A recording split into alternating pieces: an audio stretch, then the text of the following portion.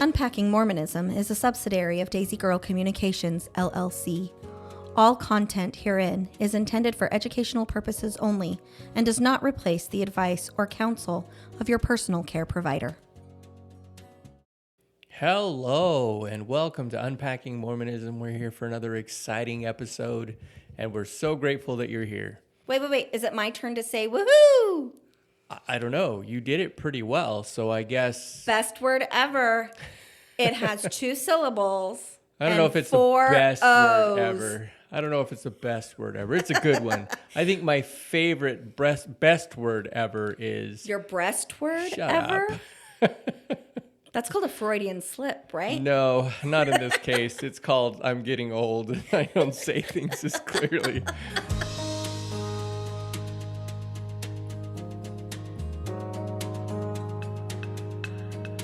Do you remember when we were dating,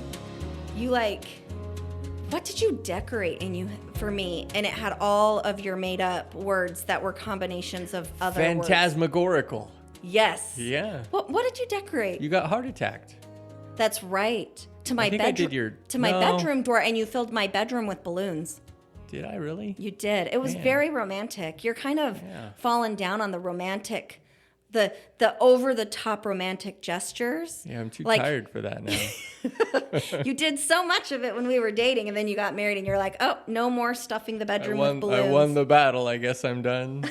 Yeah, That's terrible. Watch out, Sarah. Come birthday, Mother's Day, Christmas, something coming up. My bedroom's going to be full of balloons now that I've brought it up on Unpacking Mormonism. Go ahead. All right. So today we're going to talk about complex trauma. So trigger alert, just so you know, we are going to be talking about trauma and some things that go along with that. Yeah. Our intent today is to recognize that trauma comes from many different events and experiences in our lives. Absolutely. We want to help people recognize the effects that trauma has and on those experiences. And, well, let me say that again. Help people recognize the effects that trauma and those experiences have on their lives and when to seek help. Y'all, have you ever had those days where talking is hard? I have no idea what you're talking about. None whatsoever. I've never had that happen before. This is the first time. Is it stage fright? No, it's definitely not stage fright.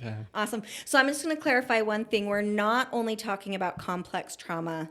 We're talking about trauma. Trauma, yes. Like different kinds of trauma, all about trauma. That's the name of this episode, is all about trauma. So we will be talking about complex trauma, but we're also going to be talking about some other types of trauma as well. So one of the things that came to mind for me, why is this important? It's an important concept, and Sarah actually invited me to open up this topic today. And part of the reason is because over the last couple of years, especially, I've really had to kind of take a look at myself and get to know myself better and process some traumas. Some of that is combat trauma. That's come up a little bit. Things that I didn't even really recognize were an issue for me. And then recently... That's totally normal for people to have trauma and not recognize how it's impacting their day-to-day lives. So that's normal. That's not... Because when the media, when you're talking about combat trauma, the media is really good at talking about the extreme side of it, not the everyday side of it. So what Hollywood does and whatnot, you see the very extreme, very severe stuff, not this is what trauma's doing and how it's impacting you every day. Right. That daily trauma doesn't sell movie tickets. Yeah. Dang it. I wonder if it'll sell podcast listeners.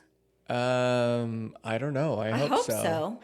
Yeah. All right, keep going. And so then the biggest one, of course, for me recently has just been watching my whole perspective of life change. Your worldview. As Sarah's left the church, and my struggle with that, my struggle with where my children are, and coming to terms with the fact that they're not where I had thought they would be, but also recognizing that they are in a very good place. And that's been very difficult. It's been a real challenge. And of course, this is Unpacking Mormonism. So we're going to talk about some of that. And, Sarah brought up, and one of the things that I've learned is that it's really difficult to connect with people if you can't be vulnerable, if you can't share some of who you are.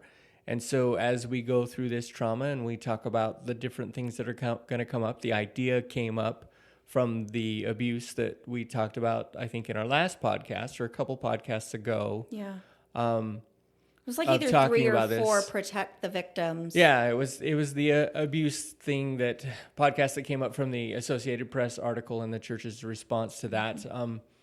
And just the idea of trauma and complex trauma and all that, and we'll talk a little bit more about that. So right, because you had brought up the point that at the very end of the Mormonism Live episode, I think it's episode 089. 89, yeah. Right, that talked about that. At the very end of that presentation, RFM had said something along the lines of, Did you want me to talk about that now?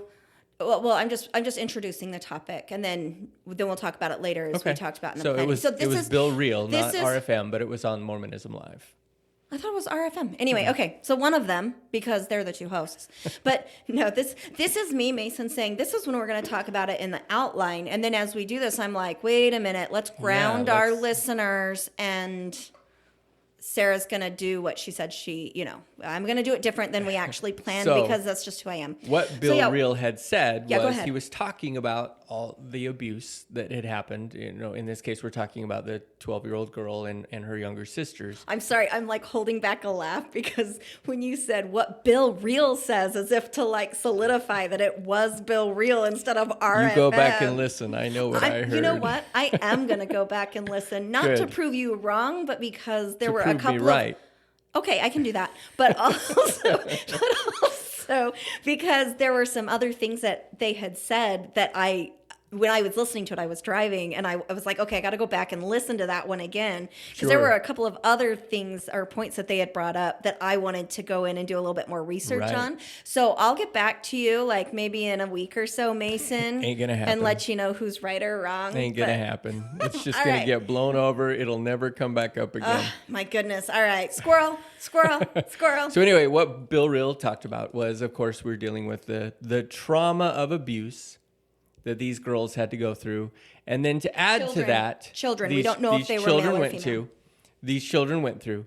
And then to add to that, what I termed, and I have no idea if this is an accurate term, of course, but what I thought of in termed complex trauma in that, and I don't remember if he said that or not, I think it was just something I thought. Right, and I think you had used the word compound. Okay, or compound trauma. Both of them. Maybe, we're going to talk about what that compound would probably be more appropriate to what I'm thinking from this. And of course, I'm not the professional here, but the idea that not only did they get abused, but one of the people involved actually confessed to the abuse.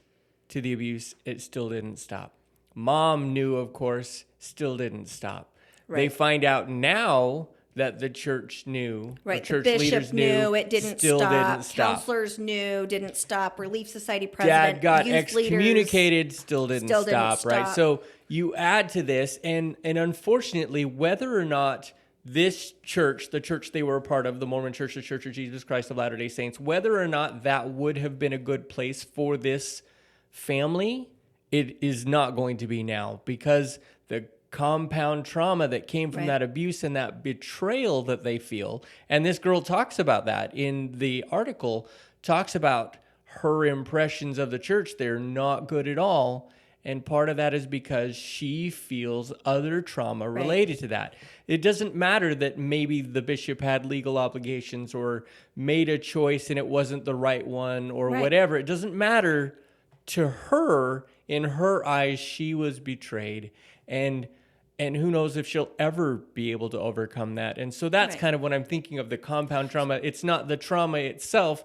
It's all the other stuff that happens that leads to more trauma related to that. Right, absolutely. So, and I'm gonna check all. I was like, I'm gonna introduce this, and apparently we're talking about it in the beginning because you just gave it. You brought it up, which is great. I think that's great. Let's just go with the flow, and as things come organically, we're gonna toss this outline out the window and just run for it. Well, one of the things that we like is that we write down an outline. We write down some of the things that we want to get through, and then sometimes, because of the natural flow between you and me, it just kind of gets changed up. I like that part of this. Oh, yeah. I like that part of this too. I'm just going to write a line. Okay, so we're going to cross this out. So, yeah, one of the things, Mason, that you're talking about is there's an element of several different types of trauma for the victims' families, for the victims' adoptive families, for the church community, for all of us who are then reading that.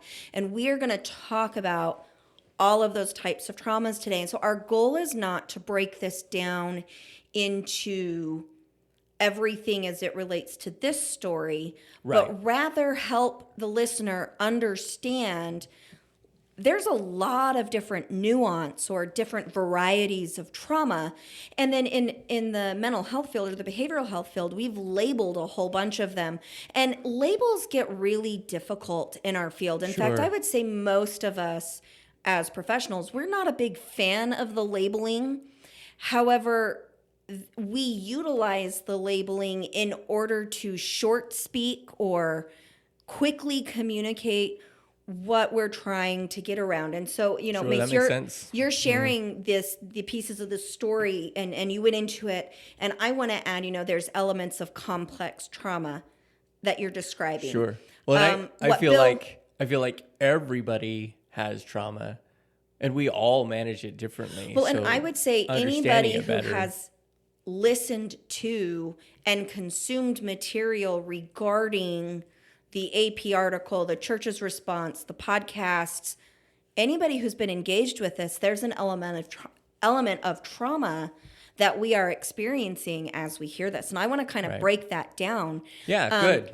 And in so doing, I don't want to minimize the impact of the trauma for those individuals directly impacted, because there's no way for us, without knowing them or without having experienced it ourselves, to comprehend how they are experiencing this. But yes, I also appreciate, Mason, that you gave a content warning, because one of the things that we're going to want to protect against is called vicarious trauma or community trauma for our listeners. And so I want to make sure that we set some pretty solid expectations right from the get-go. This is an informative podcast. I'm going to give a pause or a music break here in the next couple of seconds, because I want the listener, if you're in a place where you're sitting down, I think that today is going to be a really good day to have a notebook and a pen, because I'm going to burn through some information that's going to be very valuable. And then I'm going to invite you, if you have any questions or you want to hear another podcast in the future that follows up on the specifics of one type of trauma or something that we say today, please shoot us an email at daisygirlcommunications@gmail.com. You can also visit our website. It is live now, which is daisygirlcommunications.com. I can't. Apparently, Mason, you're not the only one having a hard time finding their words today. Woo! Maybe I set you off on the wrong foot. So we're recording on a Monday, and it has been one hell of a Monday for our family today. So, well, and I'm the learner today too. I'm hoping that maybe I can even ask some of the questions that maybe some of the viewers or listeners are wanting to ask too, so that we can really dive into this.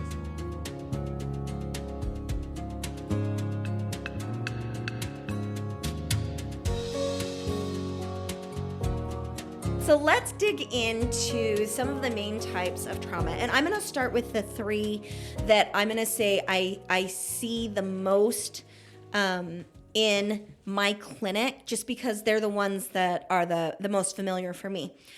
So the first type of trauma that we're going to talk about today is called complex trauma. Currently, in my field, complex trauma is identified as chronic abuse within relationships. So this can come from domestic violence, sexual assault, and usually what they're saying in the literature, the last study that I read on this was that the trauma had to occur in childhood.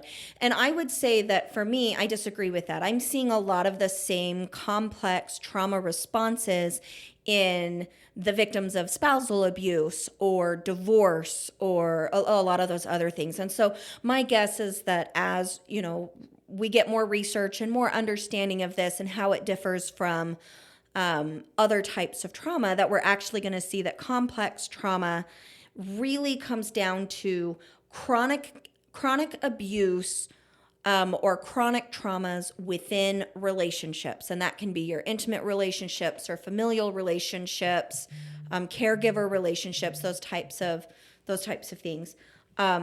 Yes, Mason, you raised your hand. Mason, thank you for raising your hand today, Mason. Here's a little candy. I told you, I'm the learner today too. Classroom I'm just here to management provide an extra skills. voice. All right. What's your question? My question is, if you're looking at complex trauma, are they talking about in like a specific single relationship? So if you're talking childhood abuse or something like that, or can it be, somebody that ends up in abusive relationships over and over again, that kind of thing? Does that make sense, what I'm asking? I think so. So I'm going to say yes to both. So complex trauma can come because of a single abuser with chronic episodes. So for myself, so Sarah, it has to be chronic. Right. So Sarah, speaking for Sarah, I have a diagnosis of CPTSD, which is complex post-traumatic stress disorder. The reason I get that, what we would call a C identifier, and these labels and the numbers that go with them, right? Woo-hoo. It's really for those. So those labels, let me just put this out there. Those labels are for insurance billing purposes. So when I see my counselor and they put down that I have PTSD, or they quantify that as CPTSD, there's also a billing code that they then submit to the insurance company in order to get reimbursed. Sure. It also means if I'm speaking, like, let's say my counselor and my psychiatrist are going to have a powwow about me, they say the words, Sarah's got complex PTSD, and automatically both providers know that means that certain diagnostic criteria or certain life events occurred for me. Gotcha. So meaning chronic abuse in childhood. Right. Okay. And then on the flip side of that, on the other side of that diagnostic criteria is these are the set of symptoms. So in order to get a diagnosis of a post-traumatic stress, quote unquote, disorder, which I'm going to really break down here in a little bit, a lot deeper. We're going to get to that. Right. But when I have a PTSD, so that D would then identify it as a disorder, what that means is that I've got the triggering events on one side of the column, imaginary columns here. And on the other side of that column, I have a certain set of presentations or symptomology that I meet. And when we look at what's called the DSM, or the Diagnostic and Statistical Manual for the field of psychology, there we go, let me get my words out here. For the field of psychology, it says in there that I have to have 5 out of 7 or 9 out of 12 or 4 out of 8 or whatever. So I have to be able, in order to get that diagnosis of it being a disorder, I have to fit all of those criteria. And so again, this labeling system really is for short speak or quick understanding from it's for provider medical to providers provider to be able to better understand the situation from just that initial view. Right. Well, and then when I come into my podcast, from today moving forward, and I say, hey, this is something that really led to my CPTSD diagnoses, that allows me to not have to go back in and explain, starting at age birth to this age, these things happen to me. And then from this age to this age, these things happen to me. It just helps us shorten that up. And so when we utilize these labels, and that's really the intention, I would say, behind the labels, at least that's what I learned in school. I had a whole course, big old assignment on diagnostics while I was in my graduate program with Walden University. And it really was, what is the intention of the label? Because unfortunately, when we label things, those labels can be really harmful just as much as they can be helpful. And so I adhere to the labeling for ease of communication, but just because I have CPTSD doesn't mean that I'm less of a person or that I can't do certain things. And then where I am in my treatment and in my functioning, I would say that I'm in remission at this point. Right. But I would be very dismissive if I didn't give, honor the space and the years of therapy and treatment and hardship and whatnot. And for more information on what happened to Sarah, see my upcoming book, Trauma Bonded, because a whole lot of it's in there. Right. Okay. So did that answer your question, Mason? I think so, yeah. Oh, well, I answered it could be a single person. And then you said, could it be multiple people? And I would say yes. It could also be, I got abused by my mom and my dad and then my husband and my grandfather and then my second husband or wife or whomever. 18-year-old girl gets married and gets abused and a couple years later escapes that and then gets married again. Right. And that person is an abuser as well. A really common phenomenon. And I'm going to challenge us, Mason, because we've both done it now. We keep saying she is the victim. Sure. And that really minimizes one of the things that we see in clinic is that there are just as many male victims. Okay. We generally don't get to see those in the hospitals as much as we do women, because usually when a man physically assaults or sexually assaults a woman, it's a lot easier to observe the physical repercussions of that rather than vice versa. And so we really need to be careful of assigning a gender role to victim, survivor, or perpetrator, because women are just as capable of abusing as men.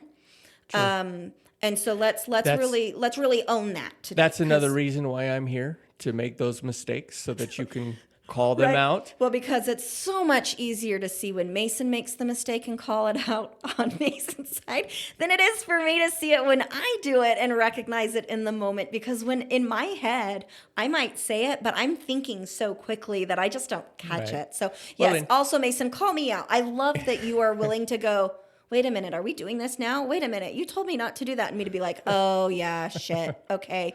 So, Sarah, blah, blah, blah, blah, blah, blah. Well, and I don't have any problem. Again, I'm not the professional here. So when I make those mistakes, I'm trying to change my perspective and the way I do things. So I appreciate getting called out, because I'm sure I'm not the only person that does that, too. And we want to be able to approach this topic from a healthier point of view. All right, so Mason, your challenge is, if I assign a gender role to victim, perpetrator, or survivor, because we're going to talk about all of those roles as well, call me out on it.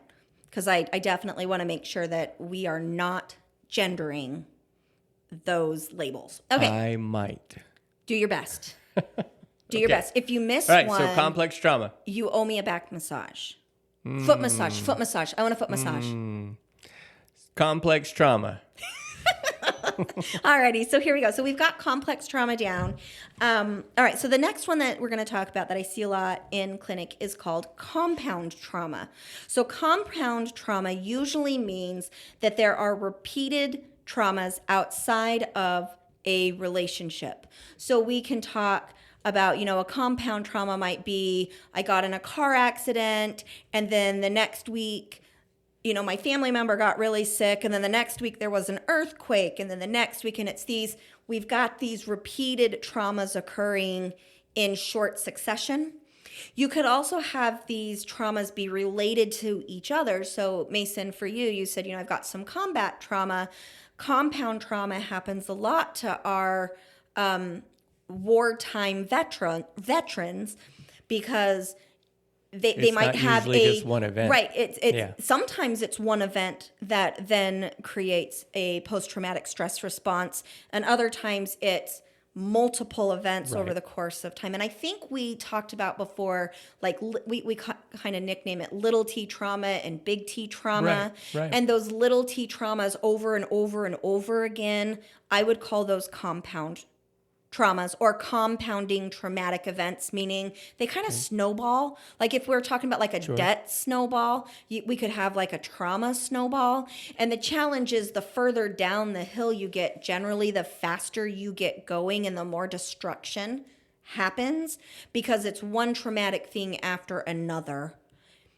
And compound trauma can become really, really dangerous, in the sense that it's usually harder to identify that singular event.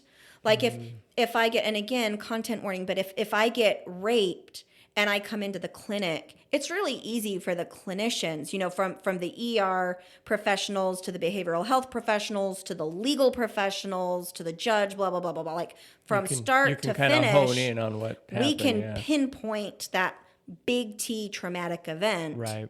Whereas with all of the little traumas that just compound over time that really wear us down, it's a lot harder to kind of pinpoint what happened. Oh my gosh, Mason, you're like a little chatty child today.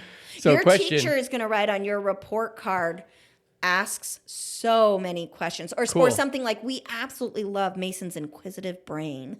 Cool. Go ahead. I haven't had anything like that in a long time. I'll write you a note. Right. So you keep saying with compound trauma, you're referring to the little T's happening over and over again. Is it the same thing when it's big T's happening over and over again? It would still be called compound trauma. Okay. So what we're talking about is traumas that have occurred, a whole bunch of them in a short period of time, a whole bunch of them over a long period of time. Okay. So a compound trauma, let's do this. We'll talk about an incident from our own life. So when Abby started with her, I have this tummy pain, and then she had that altered neurological event, and we went to the doctor and we thought it was seizures, and we worked her up for seizures. It wasn't a seizure. I mean, she has a history of seizures, but what was going on then wasn't. Right. And then we spent, I think, a total of 20 weeks in the hospital with her from that point until we got Finally her stable. Out what was going on, right. And stable, it was Crohn's disease, that time period where it was in the hospital. We think we've got an answer, come home, she's having a problem, we go back, we come home, we go back, we come home.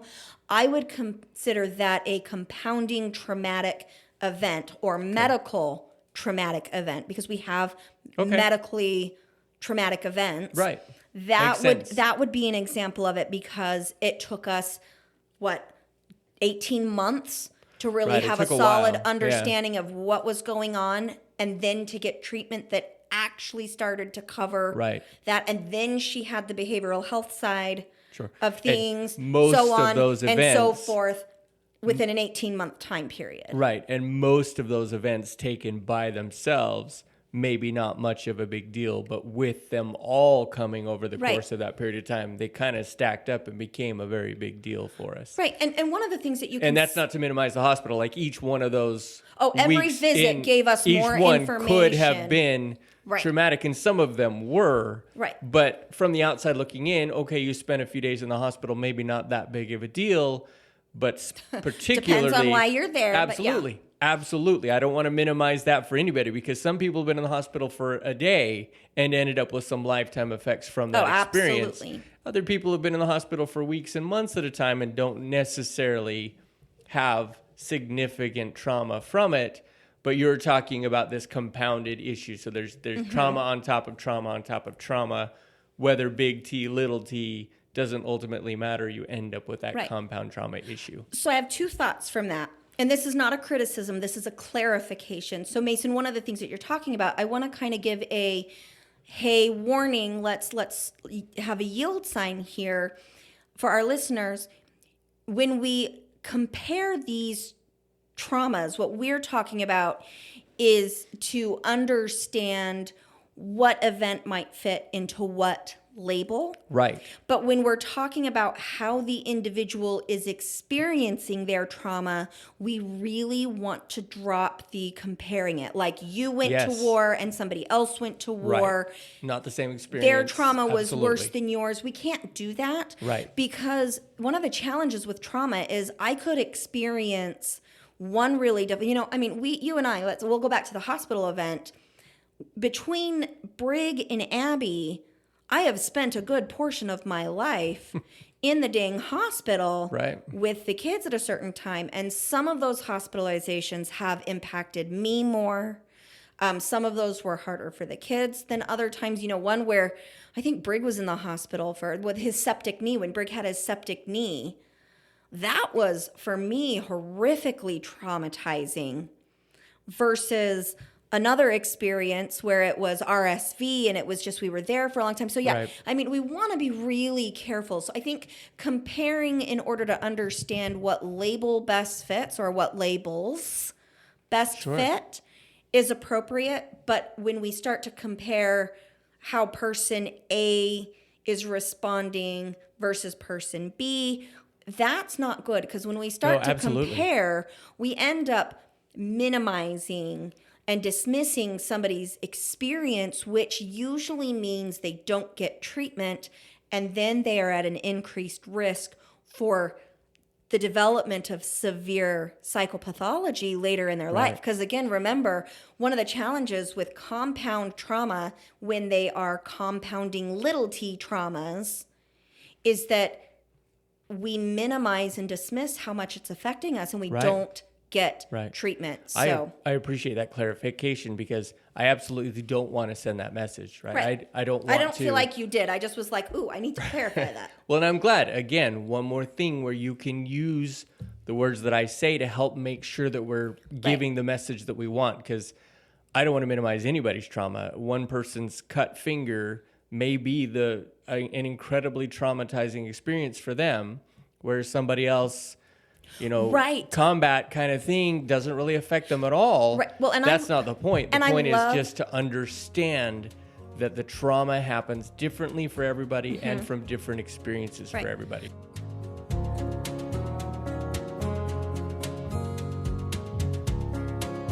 Well, and I love that you brought that up, because that was actually an example when we were in North Carolina.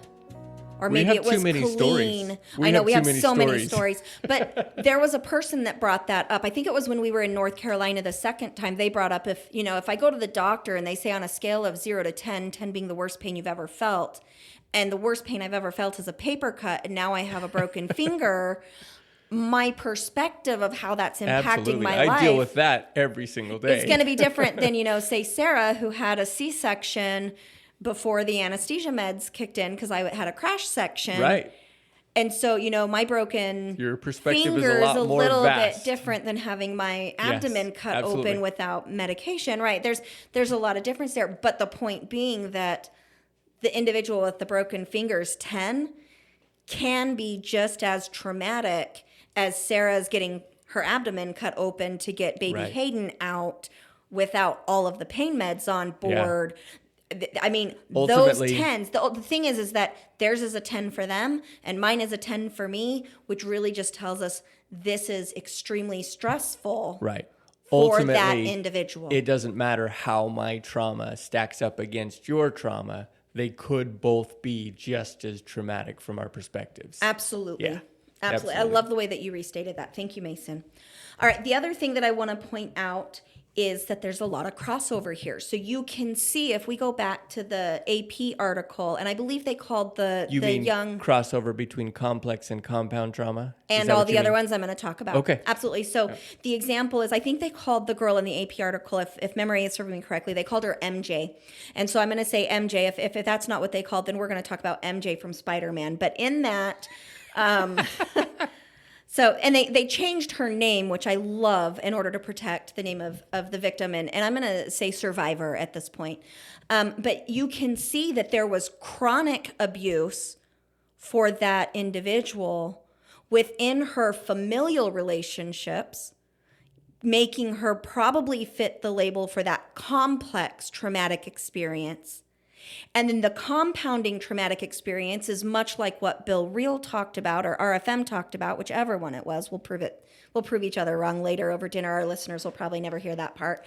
And but to have a bishop fail and a stake president fail, and then the phone call to the legal office fail, and essentially it went to the prophet and failed. Right. Now we've got compound trauma. But the other thing that's really interesting that I don't have a label for, if there's another behavioral health therapist out there or behavioral health professional of any kind out there that's listening to this, but that systemic, that the system failed that individual, but because it was a religious or their spiritual system, you might be able to call that another type of complex trauma, because now you're in a type of relationship with somebody. It doesn't have to be your familial relationships to be identified as complex. It could be, if I'm chronically abused by my boss, there's a level of or if your church is a big part of your life, a high it makes demand sense religion, right? That becomes part of a relationship, and then absolutely, right. Okay, and so that makes sense. just be aware there's a lot of crossover that happens within trauma, and that's again why we want to kind of say which label fits the best. Right. Okay. The next type of trauma I want to talk about is called vicarious trauma. Vicarious trauma is when an individual has an empathetic response towards with the identified victim. So they are having an empathetic response to someone else's trauma, and then that harms them, and they then feel traumatized. So as this AP article is rolled out and the church's response is rolled out, and I can say, you and I, Mason, kind of feel like the church didn't do a stand-up job in their official responses, at least not the first two that have come out. We'll see if they get better here moving forward. But those types of things, you can have a vicarious traumatic response because you're feeling something for the victim. You're feeling disgust at how Betrayal. It was handled. You're feeling angry because a legal system failed or whatever. You can have vicarious trauma. You can also have compounding trauma. If I'm a victim of a similar situation and I then hear about this and I'm exposed to that, I can have a compounding traumatic response because I'm being re-traumatized. And so this is where, in clinic, one of the things, I'm sorry, every time I say clinic, I think I should have been born in Germany because I get kind of that back of the throat sound. Clinic. I hear it when I record and it's caught me. Okay, squirrel. So anyway, one of the things that and we're back. One of the things that I work with my clients who are victims of trauma is limiting their exposure to certain stimuli while they are in the acute phases of healing, or if they feel like they've been re-traumatized. I talk to them about, okay, we've got to put up some really strong walls. You can't always avoid the news around you. Sure. But if you're feeling that intense re-traumatization thing, one of the first steps to working through the emotional cycle and getting back to what we call emotional regulation and regulation. My brain just went blank. All of these things for treatment responses, which I've got written down in my notes later, and I'll get back to that. We want you to separate yourself from the potential of having more. And so that's something that we can do. Vicarious trauma is really common in our first responders, in our behavioral health professionals, and our nursing team, because they tend to connect with their victims. And so we see vicarious trauma as being one of the main reasons that a person might experience burnout in their field. We see this we talk about cancer doctors and how some of them can get really cold, or lots of different doctors, they can get really, really cold. Well, there's a separation that's going on so that they can protect themselves. Right. Yeah. From getting this. And it's awesome for the doctors that can compartmentalize. And one of the things that, I want to educate our patients is that oftentimes these medical professionals that are coming off cold, they're not trying to be cold. Like, I know a lot of medical professionals, and most of them are very warm, welcoming, compassionate people.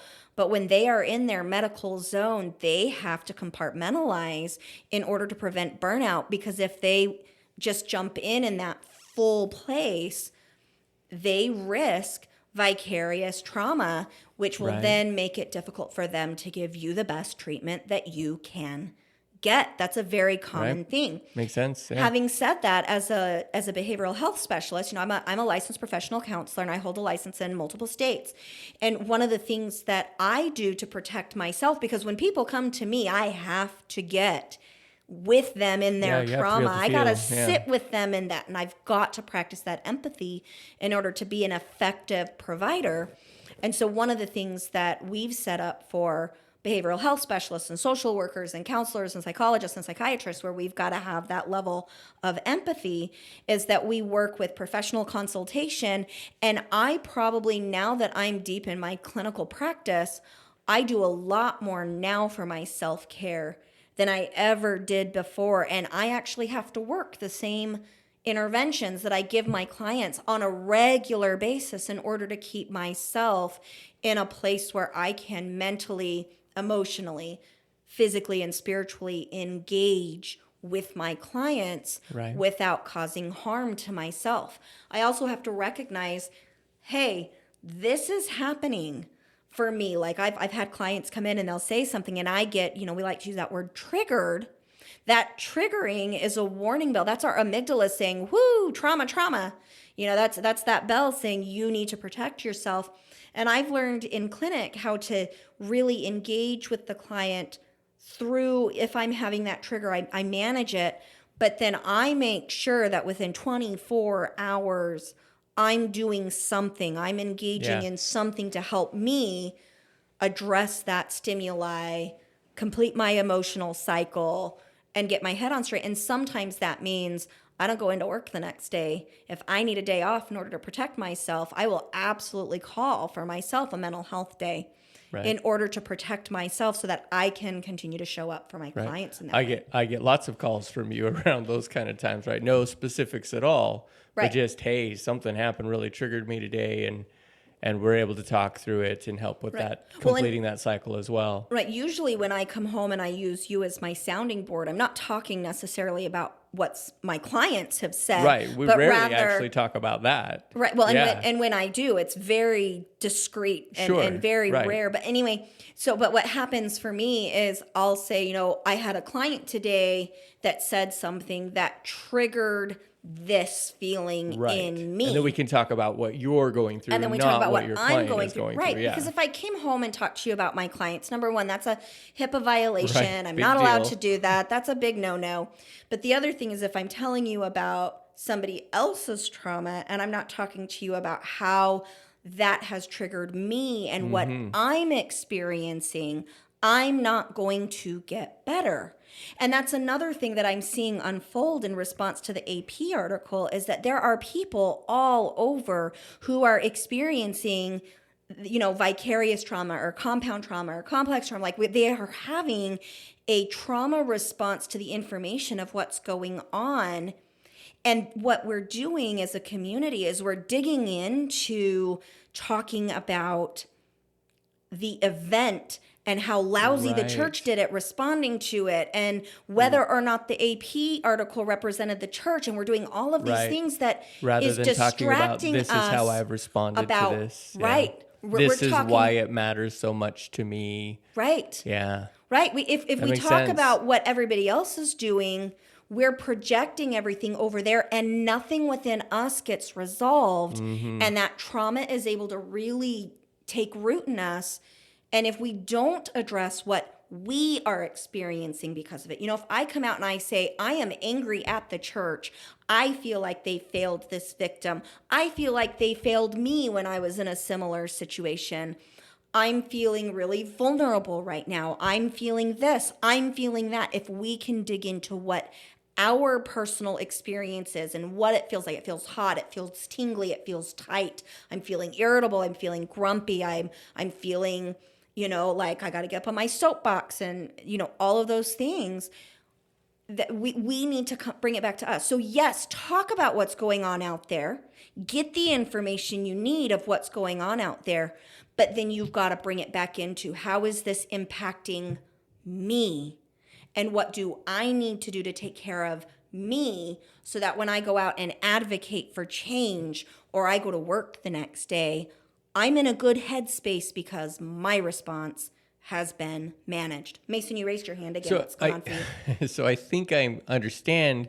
You mentioned something about how if all you do is talk about their trauma, I just want to make sure I'm understanding. Are you saying that if that's all we focus on, are we in more of a risk of gaining vicarious trauma by doing that? Or a secondary trauma response. Okay. So vicarious trauma, there has to be an empathy response there. And usually it's empathy for the victim. Secondary trauma, that's one that I didn't write down so that way I could clarify it. But like, if I see your house burn down, I was not directly influenced by the fire, but watching somebody else's house burn down was very traumatizing to me. We can also call that a secondary traumatic response. So there are so many words, and I'm not even going to cover all of them. Right.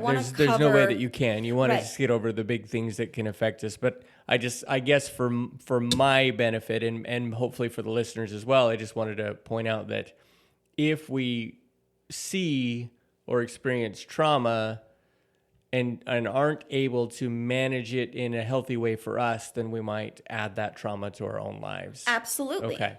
Absolutely. Yeah, and I just wanted to make sure I understood that. Again, when you start to feel burned out, that's something that you need to kind of ask yourself. How am I engaging with the world? Am I getting a bunch of small t compounding traumas going on for me? Do I need to manage this? Do I need to put up some boundaries? Do I need to stay off Facebook for a little while or Instagram for a while? Do I need to turn the news off? Do I need to go for a vacation? Actualization, right? Just, right. Looking at ourselves and going, what's going on? And again, get curious. Don't judge yourself. Because it's very normal. It's a normal human response to say, the church screwed up, and then to even say this is 100% the church's fault, which it's not. There's a lot of individuals who failed. Did the church... Not even close. Right. Did the church F it up? Oh my gosh.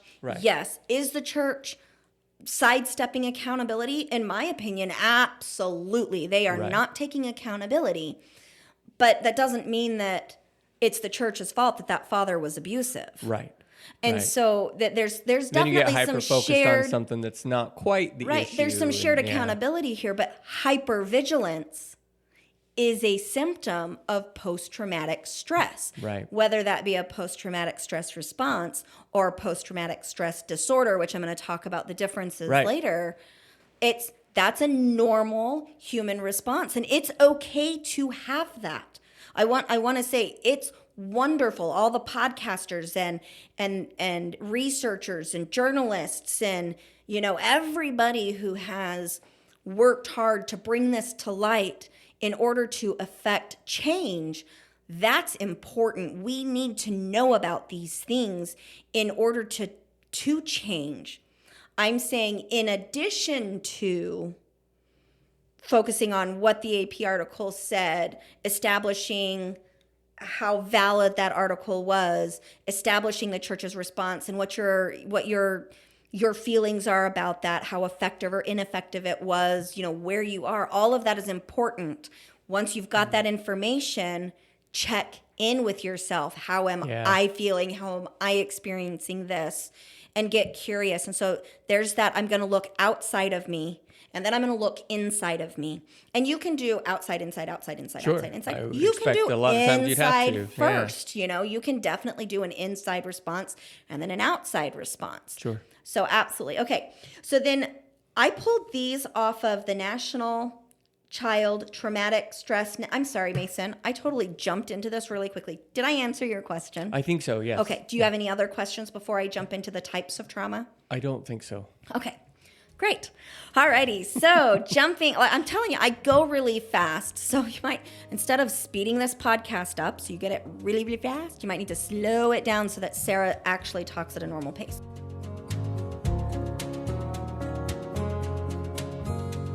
It's funny. So total squirrel.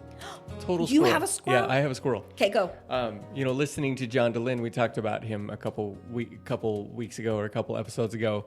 And one of the things that just drives me crazy is he'll always say, okay, really quickly.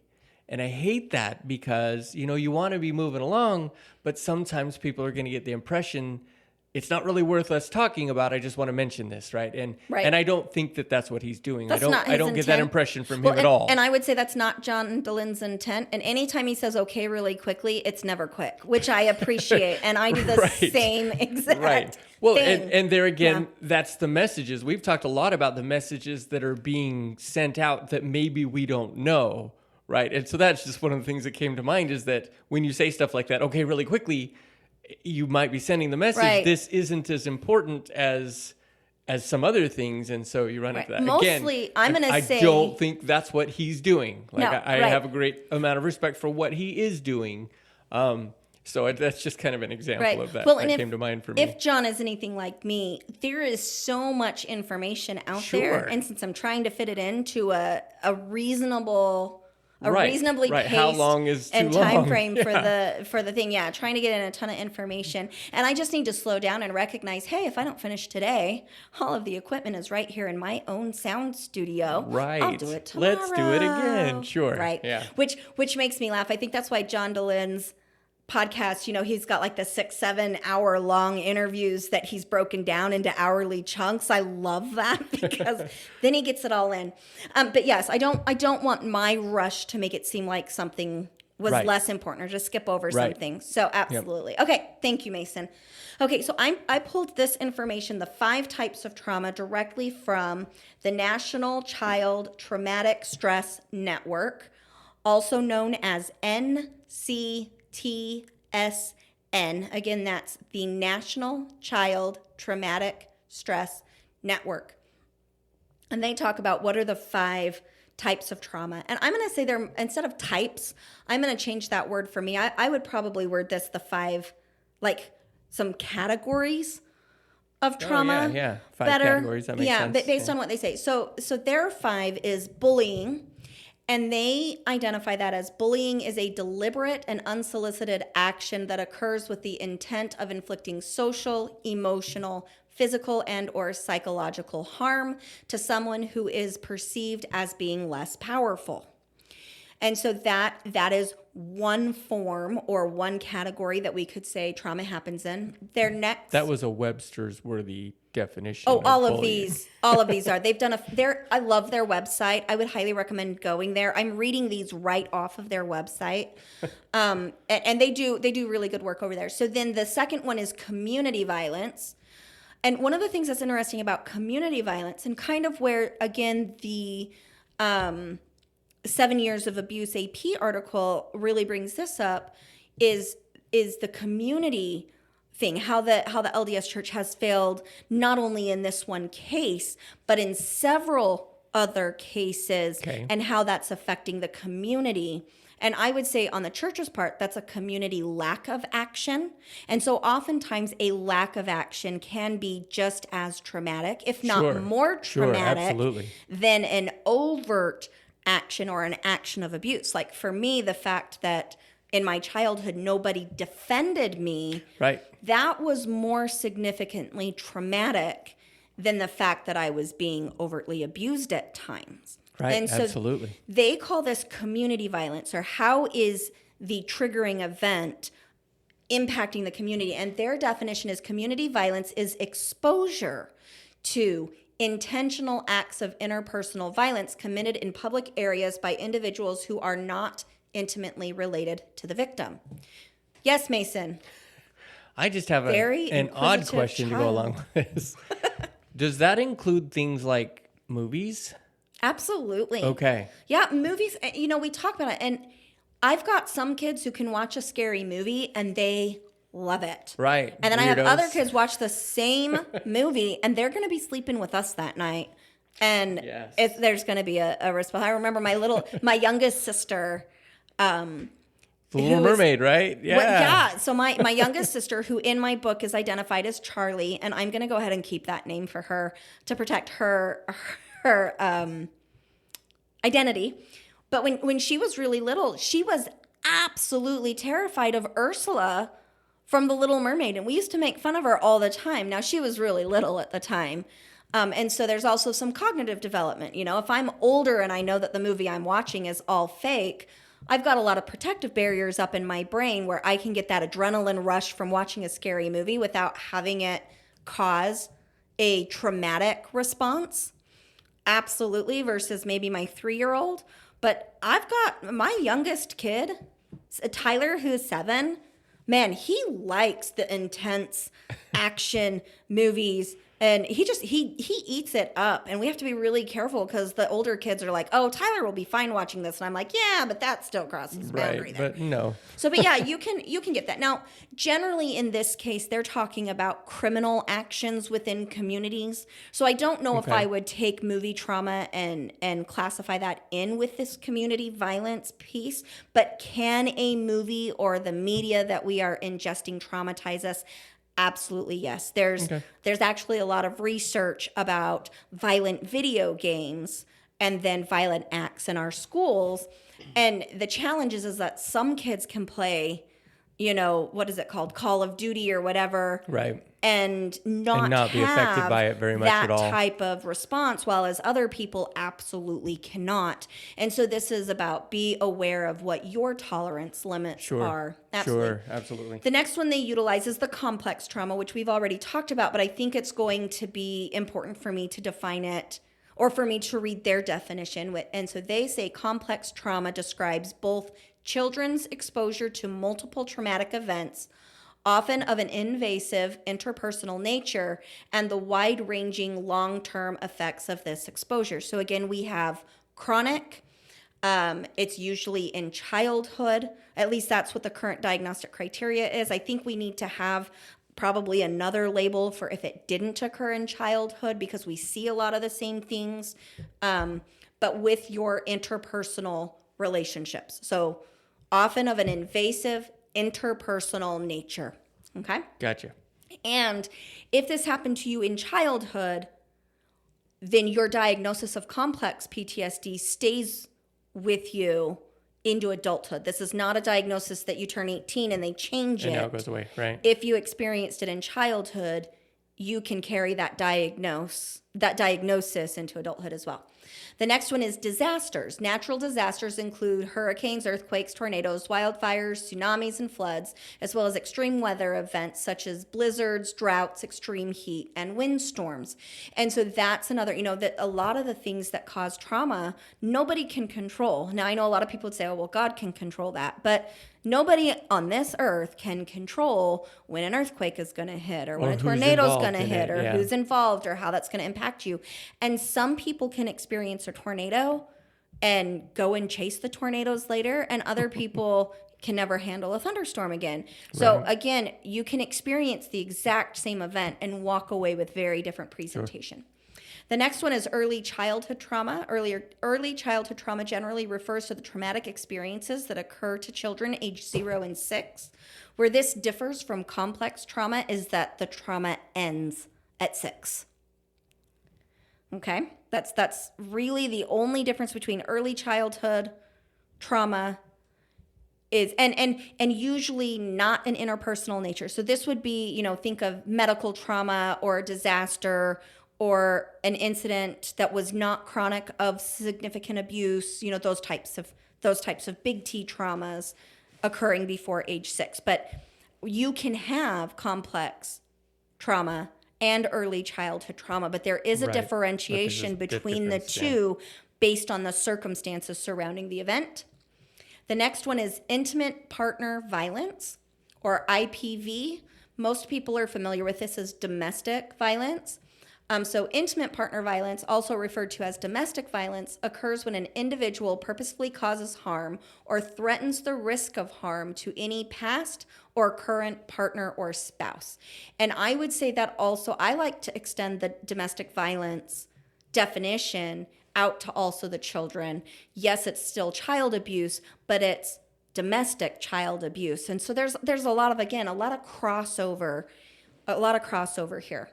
The next one is medical trauma. Pediatric medical traumatic stress recurs to a set of psychological and physiological responses of children and their families to single or multiple medical events. And I would say this is something, Mason, that our family is definitely familiar with. I think we've experienced that a little bit, yeah. With a couple of our kids, sure. Absolutely. The next one that they've got on here is physical abuse. Physical abuse occurs when a parent or caregiver commits an act that results in physical injury to a child or adolescent. Again, I would extend that. This definition also applies to the physical abuse within domestic violence and whatnot of adults, but because this is a website for child traumatic stress. That's why they're giving these definitions specific to children. And so, yes, that happens in adults as well. The next one is refugee trauma. Many refugees, especially children, have experienced trauma related to war or persecution that may affect their mental and physical health long after the events have occurred. The next one is sexual abuse. Child sex abuse is any interaction between a child and an adult or another child in which the child is used for the sexual stimulation of the perpetrator or an observer. And so one of the things that's really important here is when somebody is viewing like childhood pornography, where the individuals performing in the film or associated with that are not able to or old enough to give consent to be filmed in that way. If you are viewing that type of material, you are vicariously practicing sexual abuse, and that is a criminal action. That's actually how the dad in the AP article got caught, was because of child pornography on somebody else's computer. Right. And so if you're caught with that on your computer, it's a criminal offense because children cannot give consent, and you're utilizing that innocent victims for sexual gratification, and that is considered criminal, which I 100% agree with. Sure. The next one would be sex trafficking. Child sex trafficking or adult sex trafficking involves the giving of, receiving of anything of value, money, shelter, food, clothing, drugs, etc., to any person in exchange for a sexual act with someone under the age of 18. That would be the child sex piece. But we also have adult victims of sex trafficking. Absolutely. Terrorism and violence. Families and children may be profoundly affected by mass violence, acts of terrorism, or community trauma in the form of shootings, bombings, or other types of attacks. And this is actually interesting. I remember, when 9/11 occurred, we were living in Arizona. We were living in Pinetop Lakeside, Arizona at the time. And yet they played the towers falling over and over and over on the media. And even today, come September 11th, the media will play those images over again. They are re-traumatizing us every time we see those images. And depending on your own personal experiences, that could be a little T trauma or a big T trauma, but it absolutely can have a negative effect on people's mental well-being. And then the last one that they have on their website they say the 5 types of trauma, and I'm going to call these categories of trauma, is traumatic grief. And this says, while many children adjust, so I'm going to say while many individuals adjust well after a death, others have ongoing difficulties that interfere with everyday life and make it difficult to recall positive memories of their loved ones. And so traumatic grief is where there's a loss and you cannot remember the good things. Now, sometimes that's because there aren't good things. Right. But usually it's that our brain gets stuck in that negative loop because since we're having an amygdala response going on and the brain is constantly scanning for the dangers, we tend to get caught in that negative feedback cycle that everything is bad. I can't remember anything good. Right.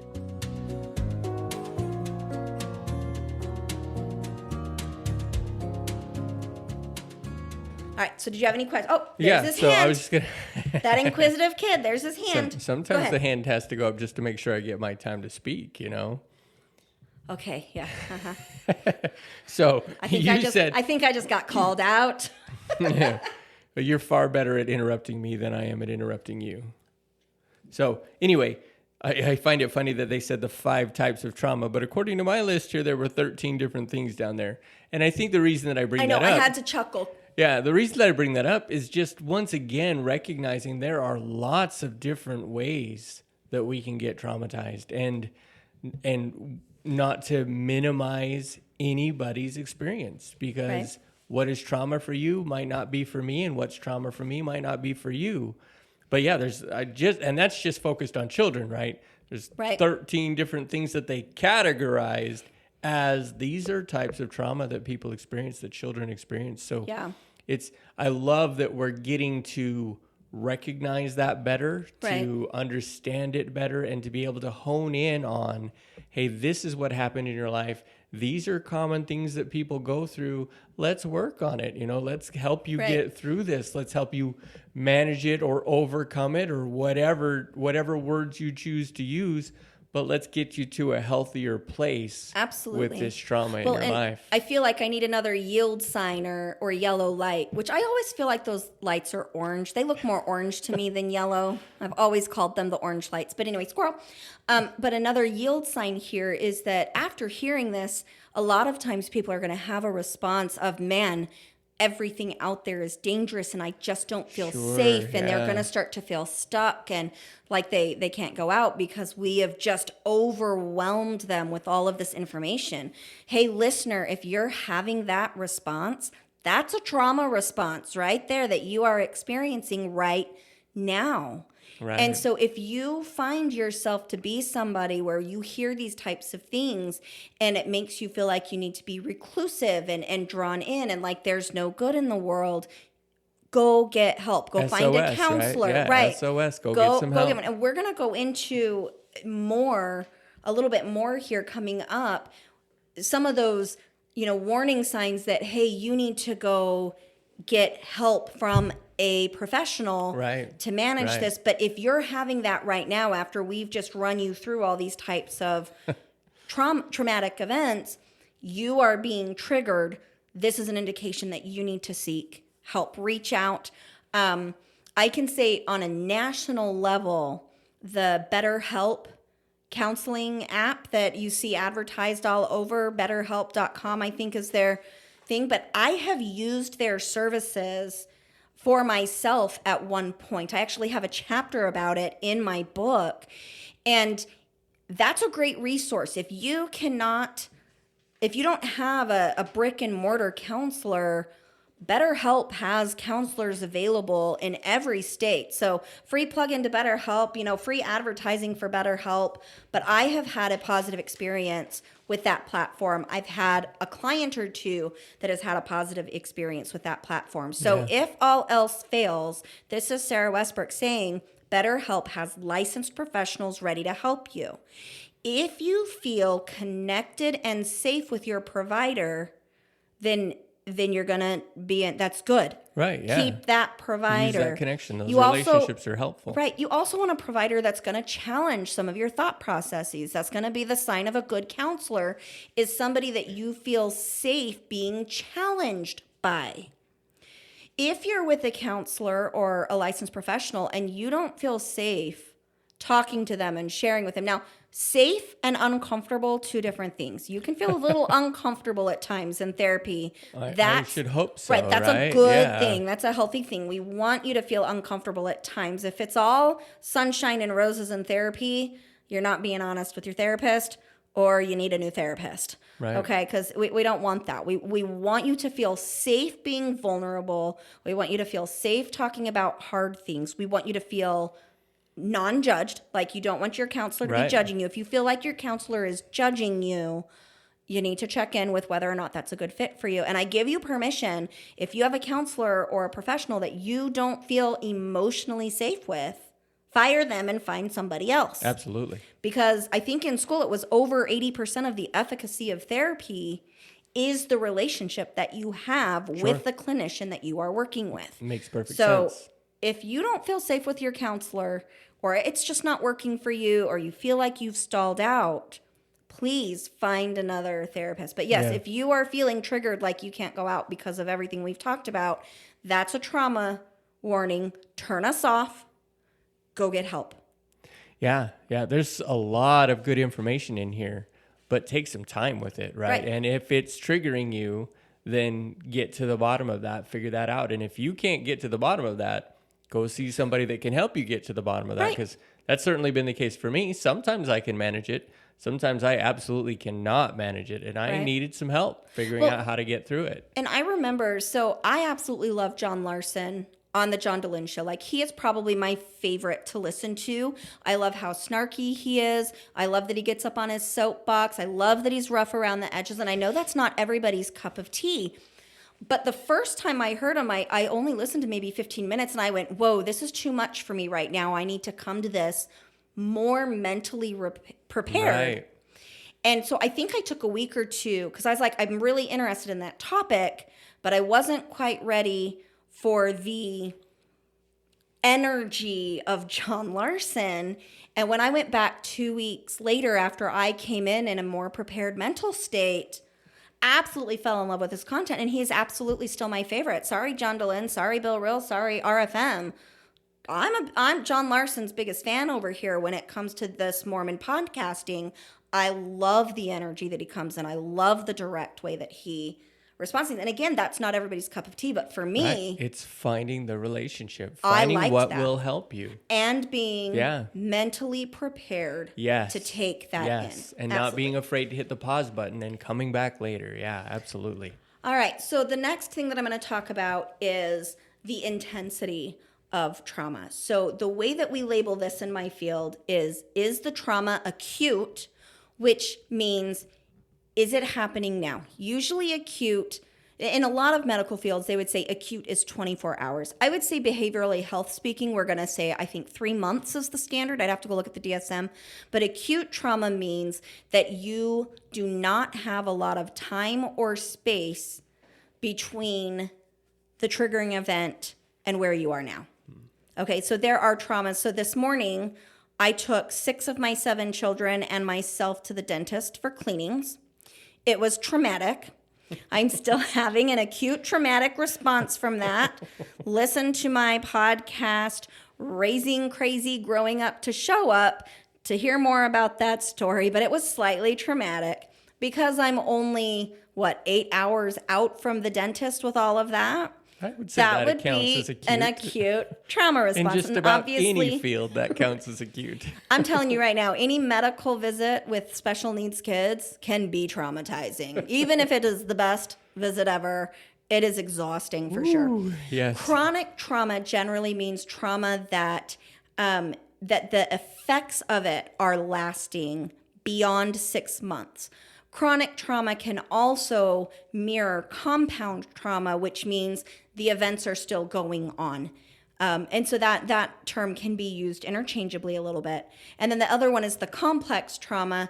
And again, complex trauma is kind of trendy right now in the sense that it's a newer differentiate. Mason, help me with that word. Differential diagnosis. Thank you. It's a new differential within the post-traumatic stress disorder world. And so it's getting a lot of attention right now. It's been around a long time. Obviously, we've known about it for a long time, but it's recently gotten that label. And so again, when you hear clinicians using that word complex trauma, it usually means trauma, chronic trauma within interpersonal relationships, or usually interpersonal means familial, but can mean... Right, could be in other important relationships. Right, siblings, in your life. parents, grandparents, uncles, aunts, people you live with, partners, blended families. There's a lot going on. Right, there's a lot there. The really when we talk about acute trauma and chronic trauma, those are the two that I'm going to focus on. Is how far is the individual in time and space, whatever event it is, from the triggering event? That's going to change the course of treatment that I'm providing in order to meet that. So if somebody's telling you you're having an acute trauma response, that means you are still having a trauma response to an event that happened. And again, I'm going to have to check my numbers, but I want to say within the last 90 days is considered the norm. Yes, Mason. Well, and I would assume, and just correct me if I'm wrong, I will. Sort of a question. In medical things, you can have an acute on chronic response. I'm assuming that with trauma, you could have the same thing, right? Well, yeah, because mostly it's that a chronic trauma response, you had an acute response, and you're still having the response beyond the 90 days. Okay. Now, with grief, that's going to change. I mean, they might still say acute and chronic. It just depends on the clinician and how they're, personally interpreting that. But I would say in my clinic, I'm going to, for the death of a close family member or a very close friend, I'm going to probably still say that's an acute trauma response for 1 year, because that's a very different thing. Okay. So I don't think that's what I meant. What I meant is you have some old trauma, and then something happens that causes a significant trauma response that then lasts for a little while. So you're talking about like a delayed onset response? No, well, maybe I can help just with a medical. So somebody has a chronic kidney issue, and then something happens that kicks them into what we would call acute kidney failure. So they have chronic kidney issues, but then something happens, some sort of triggering event kicks them into an acute kidney issue, which can be even more severe. But I guess that's kind of what I'm saying is like, say there was abuse, Well, I think it's safe to say that for as long as I am alive, I'm at risk for having another traumatic event. I mean, that makes sense. Yeah. And really, when it comes to acute and chronic, again, this is a diagnostic label. Right. For the insurance. I'm probably trying to you're trying pin down a label too much. Yeah. And that's fine. We can move on from that. Strike that from the record. No. I'm going to still answer it. So when I'm doing this, remember, if I feel as the clinician that you are having an acute trauma response, I'm going to approach treatment differently than if I feel like you are having a chronic traumatic response. Sure. Then I can have a mixed presentation, in which case I would use the letters NOS or not otherwise specified. Okay, that makes sense. Yeah. So, alrighty. So moving on from there. Any questions, Mason? No. Okay, I'm almost through the educational side of this. Okay, so the next thing that we've got here is what is the difference between a post-traumatic stress response and a post-traumatic stress disorder? And I'm going to say a post-traumatic stress response or a post-traumatic stress disorder because there's a lot of identifiers that go along with this. Most of us are going to experience post-traumatic stress responses at some point in our life. It's very normal for us to have a traumatic event and then not really take the time to process and understand it in the acute phases because our brain just isn't ready to. Our amygdala goes on high alert, our survival skills kick in, we might be experiencing shock and all of these other things. And so it's very normal for us to have things like flashbacks and hypervigilance and some of these diagnostic criteria that we see in PTSD, meaning disorder, that we could say is really a post-traumatic stress response. Usually what we are going to say is if we can get those symptoms under control within 1 year of the triggering event, I, Sarah Westbrook, am going to diagnose that as a post-traumatic stress response. Or I will usually utilize the diagnostic thing as an adjustment disorder. You had something happen in your life and you're having a difficult adjusting and getting things back to normal. That's how I would diagnose that for insurance purposes. But anything that goes over a year, now we start to get that disorder letter, that D at the end instead of that R at the end of that. Really what we're looking for when there's a disorder is it interfering with your day-to-day functioning? So things like, are you experiencing chronic insomnia due to night terrors? Okay, I, Sarah Westbrook, personally manage my CPTSD during the daytime really, really well. And I would say that in that regards, I'm in remission. But if I don't take my trazodone at night, I have significant PTSD nightmares still to this day. If I skip that dose, I will have basically a flashback in the form of a dream that will wake me up screaming, and that can set me backwards for quite some time. And so I take trazodone, which really helps me. And trazodone is a well-known medication used for PTSD nightmares. So is propranolol, and then there's prazosin. Thank you. So there's some other medications that they use for that as well. If you feel that you need medication for PTSD type night terrors or night terrors in general, please see a prescribing provider. If it's for PTSD, I recommend seeing a psychiatrist because psychiatrists are very well versed in the interaction of these medications, and general practitioners they get the basics. So general practitioners, when it comes to treating psychological issues, they're fairly well adept when it's a very simple, straightforward diagnosis. Like if it's just a little bit of anxiety or something, they tend to do a really good job. Once it gets more complex, we're gonna change that term once it gets more into the nitty gritty, because we've been talking about complex trauma. Sure, right. But once the diagnosis, if you're having PTSD symptoms, I'm going to highly recommend, if you need medication for that, please go see a licensed prescriber specifically for psychotropic medication. Don't take the recommendations that you just gave and run with them. Right. A psychiatric PA, a psychiatric nurse practitioner, or a psychiatrist. Those are the ones I'm most familiar with that prescribe psychiatric medications. Right. Because you want somebody that is well versed in those areas. So again, a post-traumatic stress response could be a complex post-traumatic stress response, although that's more if the issues within the family that you've been removed from them and they were not ongoing for a prolonged period of time. So I would say a CPTSR is going to be really rare for us to see because the chronic abuse would have happened in less than 12 months, and then the response being treated and managed again within less than 12 months. So unfortunately, that doesn't happen very often. So what we see is a post-traumatic stress response. Usually we have acute trauma that the symptoms don't seem to resolve, that begin to interfere with functioning for less than 1 year.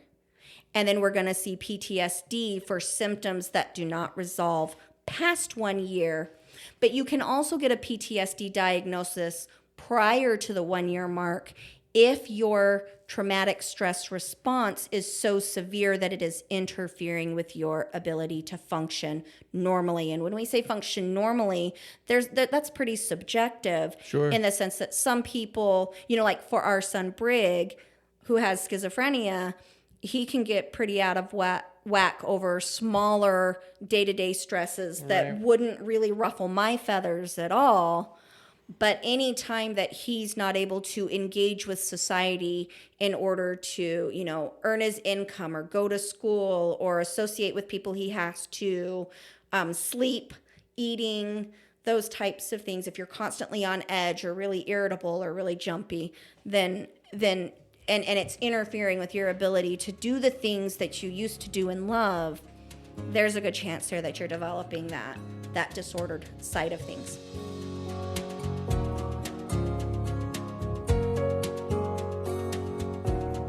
So from my perspective, just to make sure I'm understanding this, ultimately it's going to come to managing the symptoms of either post-traumatic stress or post-traumatic stress disorder. And just managing those symptoms so that life can continue or go back to some degree of normalcy. Well, there's a lot more to it than just managing the symptoms. I would say utilize the symptoms to inform how you're functioning. Okay. Because if you suspect you have PTSD, you really need to go see a licensed provider. Go talk to, absolutely, PTSD is one of those things that I do not recommend seeing a life coach for.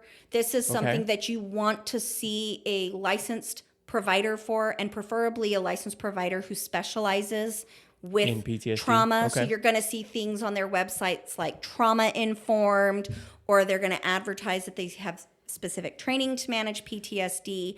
There's a lot of treatment options for this. Like we use a lot of EMDR, a lot of dialectical behavioral therapy, a lot of cognitive behavioral therapy.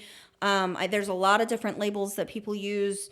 I think they do some IFS, so internal family systems, is a great treatment modality for PTSD. Find somebody that can work you through those things. And then the other thing is that we're seeing a lot of psychedelic use, like medicinally prescribed and monitored psychedelic use, specifically with mushrooms and ketamine, in the treatment with positive outcomes of PTSD. And that's still newer. And unfortunately, there's so many legal red tapes to jump through to get that treatment. But Johns Hopkins has a phenomenal study out on the use of psychedelic mushrooms and ketamine for the treatment of PTSD. And so there's a lot of promising things going on. But again, if you think you have PTSD, this is not a self-help fixable diagnosis. You really need to see somebody who specializes in this. And my understanding, so if I was seeing somebody for life coaching,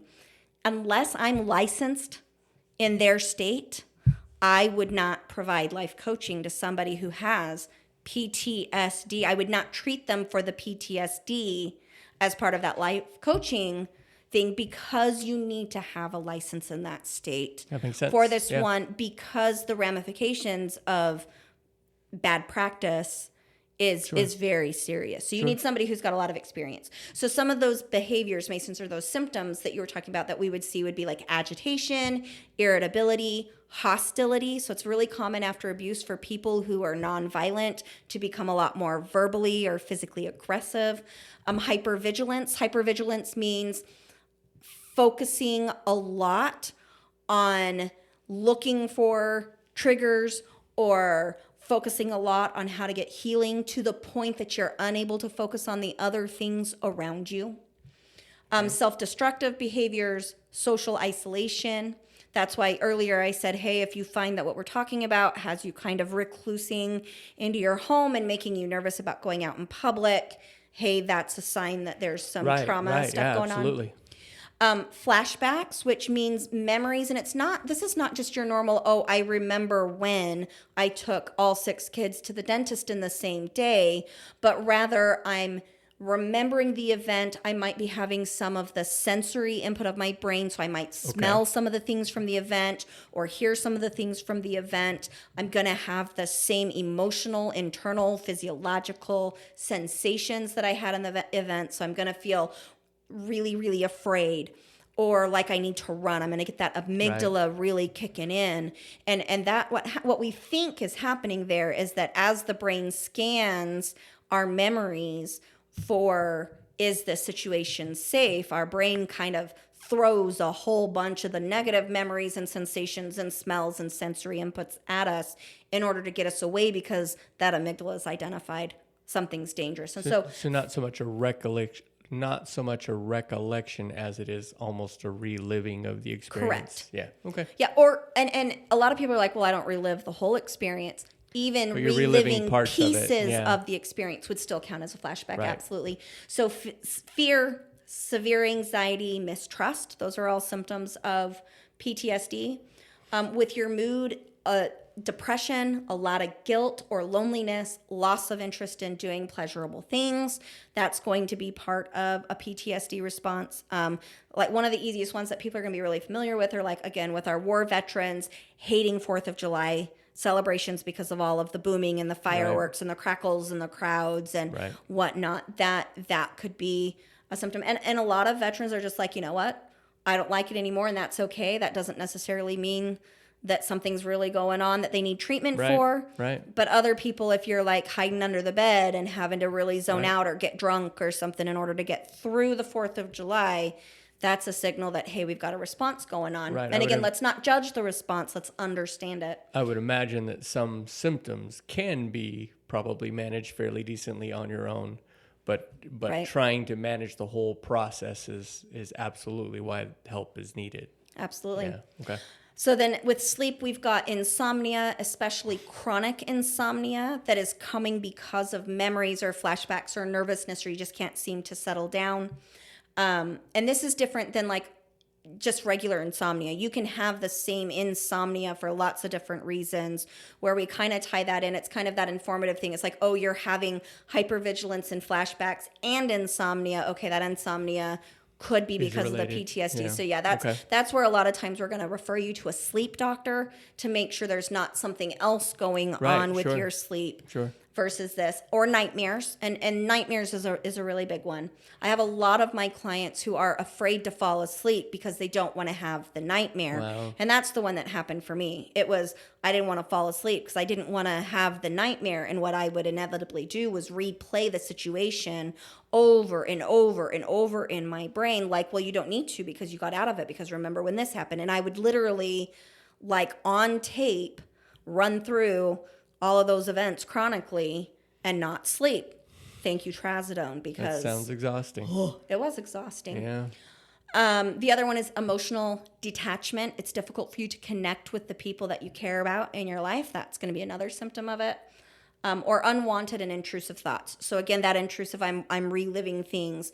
That was not so much when I was, telling my story in my own head over and over. I wasn't getting the sensations and the smells and those types of things, but rather my brain was just very intrusive thoughts that I could not seem to stop. Right. That is definitely one of those symptoms. Now, you do not have to have all of these symptoms for the diagnosis. Right. And it would depend on the thing. And I don't have the DSM in front of me to tell you how many of those symptoms in order for that diagnosis. But remember, you can have these as a response to the acute trauma. You can have these as a response to the chronic trauma. You can have these as a response to the complex trauma. Oh, another one we didn't talk about was betrayal trauma or betrayal PTSD. And that's usually seen in victims of infidelity.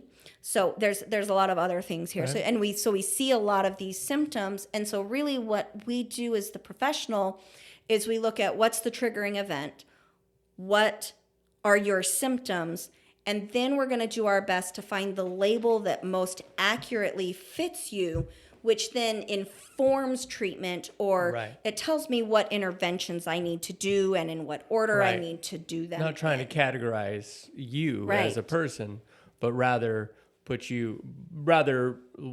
like you said, I don't think I can say it any better. It informs the provider on how to go about treatment. Right. Yeah.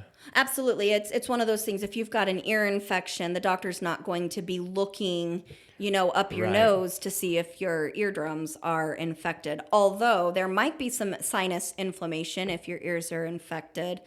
Right. It might cue you in, but it's not going to be the most direct way to figure out what's going on. Yeah. Right. Absolutely. And so kind of in closing, I feel like we gave the example in the beginning, because now this is where in my notes, Mason, we've talked about when to seek professional intervention. So anytime these symptoms won't go away on their own, or they are interfering with your day-to-day activities, or you just want to check in with a provider just to make sure, I would say seek help from a licensed professional. Again, I want to reiterate, you want a licensed professional who is trauma trained, trauma informed. If there's a life coach out there that you just feel really good about and they have some of this trauma training, maybe I would say, just speaking from my own experience, I know the level of training that I've gone through to work with trauma victims. And even perpetrators of trauma. And I can say there's a lot of nuance here. And so you definitely want, if you're struggling with this, you want to make sure that you're getting a provider who has a lot of experience, or a provider that is under supervision by somebody who has a lot of experience. Yeah. Because we don't want you to get into therapy and be re-traumatized, which can happen. If I have a client in and I'm asking them to tell me, give me the details of your trauma, play-by-play, that's actually re-traumatizing, and we've learned not effective for treatment. Yeah. So that would make sense. Like, coming from somebody like me, well, tell me what went down so that we can talk about the details. But then to hear that that's not very helpful, or could be even make it worse, that's important. So absolutely. Wow. Yeah, lots of information. So cue the music. Cue the music. Hang on, before we cue the music. No, we're not done. Just cue the music. That was a lot of information. And I love that you were able to go through all of that.